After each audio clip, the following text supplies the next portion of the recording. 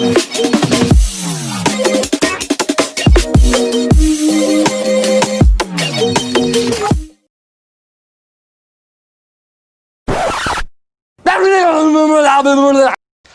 guys, this is Mikey J. Ingito. So, ang video natin ngayon ay about the current trends that are considered driver of change in hospitality and tourism industry. So, without any further, let's get into the video. It really hurts ang magmahal ng ganito. Kung sino pang pinili kong hindi makuha ng buka. Before we start sa ating main topic, aalamin po muna natin kung ano ang hospitality and tourism industry. Oh no! The hospitality industry refers to the variety of businesses and services linked to leisure and customer satisfaction. A defining aspect of hospitality industry is also the fact that it focuses on ideas of luxury, pleasure, enjoyment, and experiences, as opposed to catering for necessities and essentials. So, the next is tourism industry.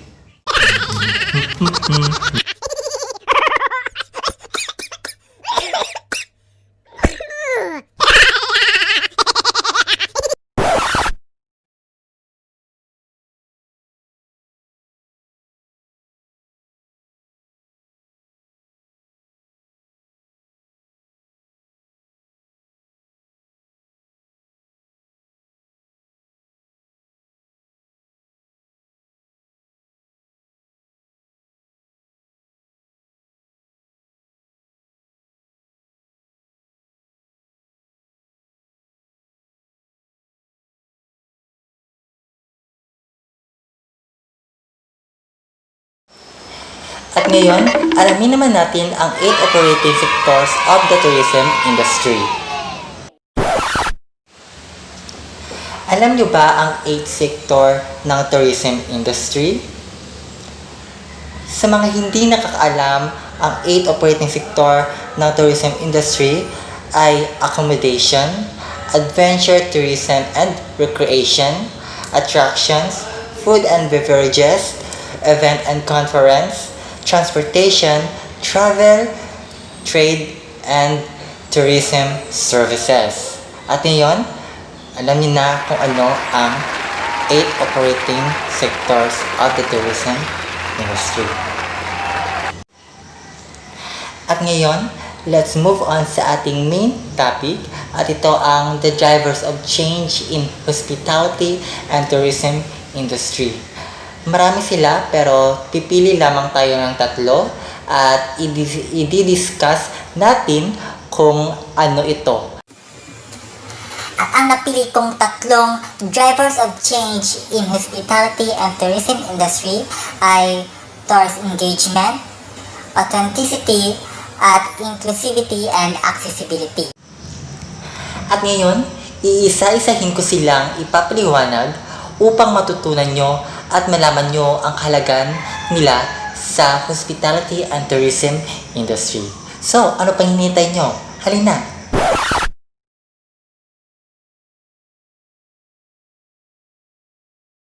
Tourist engagement. Travelers want to co-create their event experiences. They want to actively participate in the design, creation, and evaluation of their journey. Prior knowledge in customer behavior, tourist motivations, and data analytics reveal the engagement immersion and the interactivity must be incorporated into the event experiences. Using technology to drive the encounter, the experience becomes tangible due to the activation of the 5 senses. Guests can use mobile application to join contests, post images, and comment on social media sites. Delegates can choose to download their presentation, listen to an audiobook, or chat with the resource speaker. Manager must maximize use of available technologies to keep guests informed and update. Through open source software, organizer can provide quick response or QR codes instead of maps, video teaser, those empowering guests to customize activities and materials that they find interesting and useful.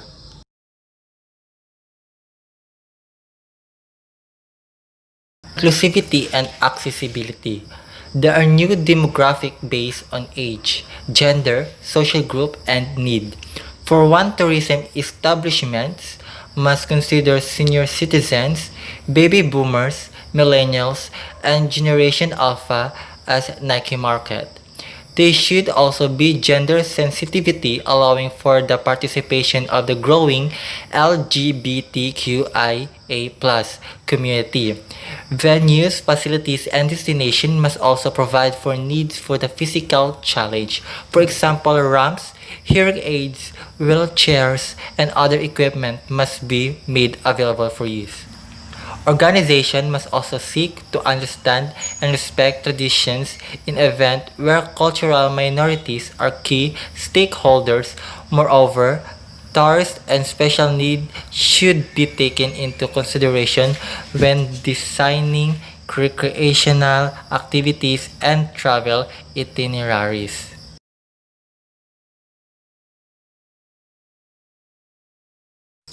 Authenticity. Travelers are gearing towards pursuing authentic travel experiences. They are not interested in just taking photographs. They prefer actively participating in community, historical, cultural, and even scientific activities. Often referred to as create tourism, preference is toward interacting with the local people to get towards interacting with the local people to get deeper understanding of their culture.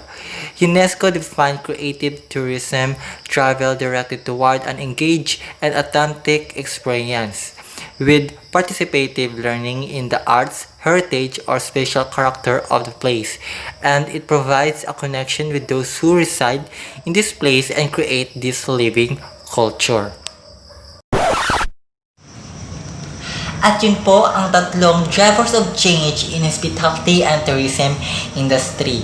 Napaliwanag ko po sa inyo ng maigi at sana po ay may matutunan kayo at may makuha kayong leksyon. At sana po ay nakakuha kayo ng impormasyon at idea tungkol sa the drivers of change in hospitality and tourism industry. At ngayon, let's move on sa 3 travel and tourism trends to expect in a post-COVID era. So, what are you waiting for? Let's go!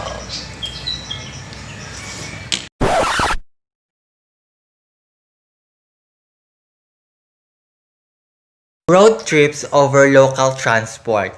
Road trips across nation will be a safer option to take up. Private taxis and mechanics businesses will see a rise as public transport is going to be challenging in the future and people might want to avoid it for a healthy living. Any form of physical touch will be avoided by the travelers.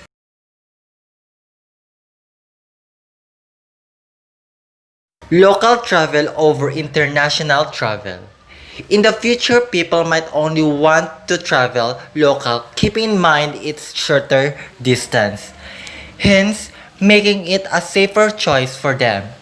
In fact, even the aviation industry would consider offering a different kind of seat choices, which might be limited than what it used to be pre-COVID. International travel will be more expensive, hence people will choose to travel local.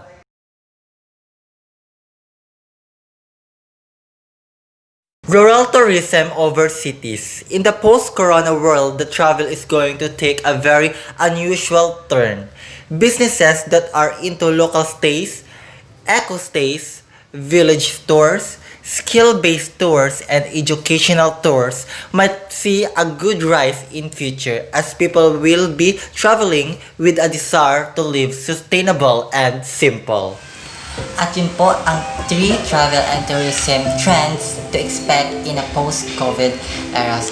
Maraming salamat sa lahat na nanonood nito at sana po ay nakakuha kayo ng leksyon at aral sa video ito. Maraming salamat po.